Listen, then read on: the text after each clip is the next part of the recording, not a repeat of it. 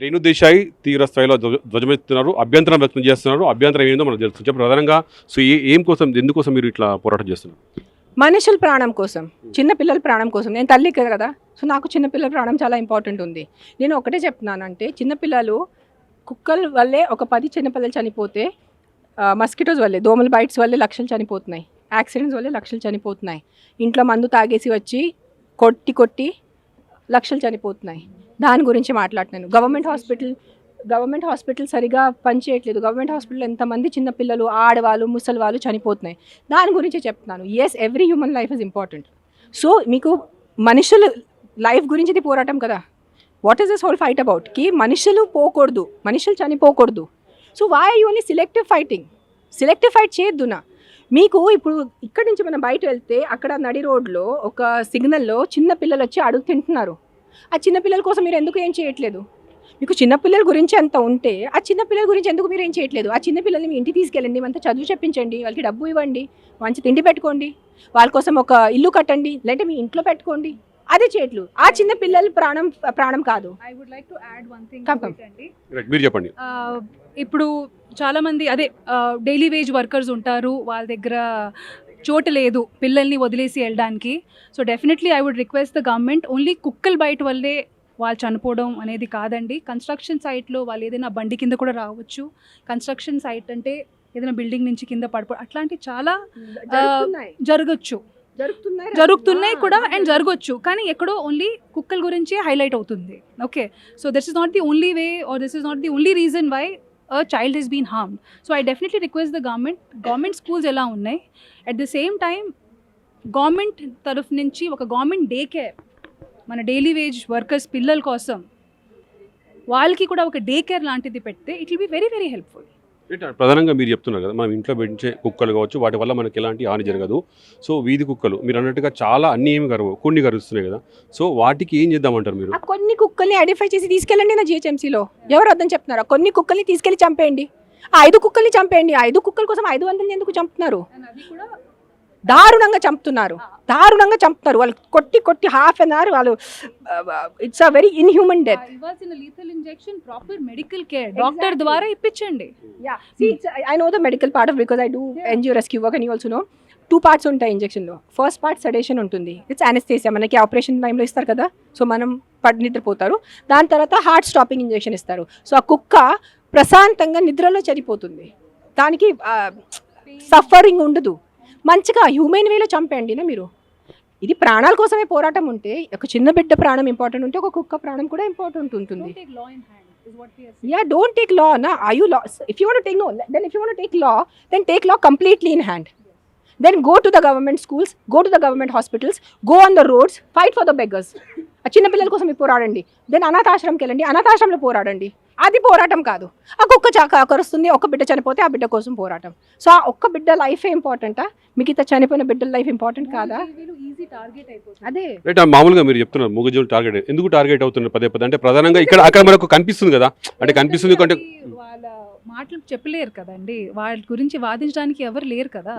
కానీ in way I'm very proud of our lawyers in our country. చాలా పెద్ద lawyers పోరాటం చేస్తున్నారు for the voiceless. So I have to really thank them and show my respect towards them. ఇది ఎప్పుడు జరగలేదు. This is also historical moment మనకి. I'm sure the entire world is looking at us. The entire world is reaching out and giving their bites and showing their support towards this. ఇది ఎప్పుడు నాకు తెలిసినంత వరకు no 50 rupees ఇచ్చి bail అయ్యే పరిస్థితులు ఇప్పటికీ మారలేదండి. దాని గురించి ఇప్పుడు దాకా సొల్యూషన్ రాలేదు. ఒక జీవిని మీరు హింసించి 50 రూపాయలు ఇచ్చి బెయిల్ తీసుకొని మీరు వెళ్ళిపోవచ్చు, అది పెద్ద విషయం కాదు. దాని గురించి ఇప్పుడు దాకా ఇదే లా ఇప్పుడు జరుగుతున్నది, దీని గురించి జరుగుంటే మీరు చెప్పండి. మీ ఎదురుగా ఒక కుక్క ఉంటే మీ ఆ కుక్కని కొట్టగలరా? మీలో ఉందా అది? If I give you stick and tell you beat this dog to death, మీకు చేయగలరా మీరు? ప్రధానంగా మనకు హామ్ చేయనప్పుడు మనం వాటిని ఏమన్నాం కదా మనం. ప్రశ్న అర్థం చేసుకోండి. ఇప్పుడు ఒక మామూలు కుక్క మీ ముందు నేను ఇస్తాను, మీ చేతిలో ఒక కర్ర ఇస్తాను, ఆ కుక్కని కొట్టి మీరు చంపగలరా? సో అలాంటి వ్యక్తి మీరు బయట వెళ్ళి మర్డర్ చేయటం మీ వల్ల కాదు, చిన్నపిల్లల్ని కొట్టడం మీ వల్ల కాదు. సో ఒక వ్యక్తిలో అంత ఆల్రెడీ ఆ హింస ఉంటేనే దాట్ హింస can be translated to other thing only. So if you can rape a dog, if you can kill a dog, you can also rape a child and kill a dog, kill a child. A human mentality అర్థం చేసుకోండి. So we are encouraging these the evil people in the society. ఈ రోజు నేను ఒక 10 కుక్కని చంపుతాను, నాకు ధైర్యం వస్తుంది.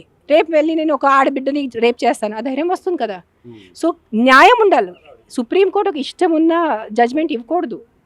నాకు అది హోప్ ఉంది సుప్రీంకోర్టు మీద, బికాజ్ ఇట్స్ హైయెస్ట్. ఇప్పుడు ఏం చేద్దామంటారు మామూలుగా ఈ కుక్కలు? అంటే మీరు అన్నట్టు కొన్ని కుక్కలు మాత్రమే హామ్ చేస్తున్నాయి కదా, సో వాటిని ఏం చేద్దాం? వాటిని తీసుకెళ్ళిపోండి, జిహెచ్ఎంసీలో తీసుకెళ్ళిపోండి, దాన్ని give them a dignified death. That is what we are asking. We are not saying that those 5 aggressive dogs have to live. నేను చెప్పట్లేదు.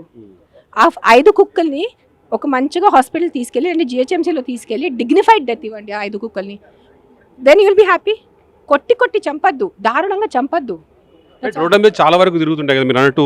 ఇప్పుడు చెత్త కుప్పలు కావచ్చు, అక్కడ ఇక్కడ రోడ్ల మీద తిరుగుతూ ఉంటాయి. సో వాటిని కరెక్ట్గా కేర్ లేకపోవడమా, లేకపోతే వదిలేయడమా, సో ఇట్లా జరుగుతుంటాయి. సో ఏం చేస్తే బాగుంటుంది అంటారు? ఒక ఐడియా చెప్పండి.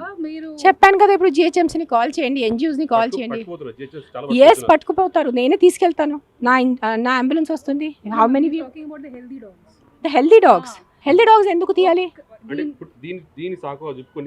సార్ ఒక్కటి ఇది చాలా కంపల్సరీ పాయింట్ అందరికీ చెప్పాల్సింది ఏంటంటే, యానిమల్ షెల్టర్స్ కానీ ఎన్జిఓస్ కానీ only work towards helping unhealthy dogs, లేకపోతే యాక్సిడెంట్లో issues, unhealthy and sick dogs. Shelters and NGO are not meant for healthy dogs. ఎక్కడో ఆ లైన్ ఎవరికి అర్థం కావట్లేదు. NGOs, animal shelters only work towards unhealthy and sick dogs. వాళ్ళని help చేయడం, దాని తర్వాత మళ్ళీ తీసుకొని వెళ్ళి వాటిని వాళ్ళ ఉన్న ప్లేస్లోనే రిలీజ్ చేయాలి. అది పద్ధతి అండి. That is what we're suppose to do. A lot of these animals have a lot of viruses, a lot of infections and all. వాటిని మనం ఒక చోట పెట్టలేము. అండ్ ఇప్పుడు ఇంతకు ముందు కూడా చెప్పాను, ఇప్పుడు చెప్తున్నాను, we will respect the Supreme Court's decisions as long as they show us the shelters in reality. ఒకప్పుడు అమెరికాలో కూడా చాలా దారుణమైన సిచ్యువేషన్స్ జరిగాయండి. I have spoken about it, but they have come such a long way. ఆ shelters మాకు చూపించండి, not on papers. Show it to us in reality. our dogs are living the worst life అండి. పాచి అన్నం తింటున్నారు, dustbin నుంచి చెత్త ఏరుకొని తింటున్నారు, ఎవరో నీళ్ళు విసిరితే వాళ్ళు వాషింగ్ కోసం ఆ నీళ్ళని నాకేసి బతుకుతున్నారు. చాలా దారుణంగా బతుకుతున్నారండి. ఈ బతుకు మాకు కూడా, మా కమ్యూనిటీ యానిమల్స్కి వద్దు. Even we want them to live దర్జాగా. They are our pride, they are indigenous breed. Foreign breeds తెచ్చుకొని ఆ పిచ్చితనం ఆ తప్పు మేం చేసింది, వాటికి అవి సఫర్ అవుతున్నాయి. మేము కూడా మా కుక్కలు, మా కమ్యూనిటీ యానిమల్స్ దర్జాగా ఉండాలని మేము కూడా అదే కోరుకుంటున్నాము. But not on a paper based return shelter. We want to see it in person. Even we want our community dogs to be given proper medical care, proper dignified shelter, neat and clean food and water. Right. So మొత్తానికి ఇప్పుడు రేణు దేశాయ్ కావచ్చు, రష్మి కావచ్చు ఒకటి చెప్తున్నారు. ఎందుకంటే 2-3 కుక్కలను సాకుగా చెప్పి మిగతా కుక్కలన్నీ కూడా హామ్ చేయడం కరెక్ట్ కాదు అని చెప్తున్నారు. ఏ కుక్కలైతే ఎవరినైతే కరుస్తున్నాయో ఆ కుక్కలు మాత్రమే జిహెచ్ఎంసీ వాళ్ళు పట్టుకెళ్ళాలి, మిగతా కుక్కలన్నీ కూడా చంపకూడదని చెప్తున్నారు. ఎందుకంటే ఏ జీవినైనా హింసించడం అది తప్పు అని చెప్తున్నారు. సుప్రీంకోర్టు ఏదైతే చెప్పిందో దాన్ని గౌరవిస్తున్నాము. సో మనుషుల ప్రాణాలు ఏ విధంగా ఉంటాయో అదేవిధంగా జంతువుల ప్రాణాలు అదేవిధంగా ఉంటాయని చెప్పి కూడా రేణు దేశాయ్ అంతేకాకుండా రష్మి చెప్తున్నారు. కిషోర్తో కలిసి నరేందర్, TV5 హైదరాబాద్.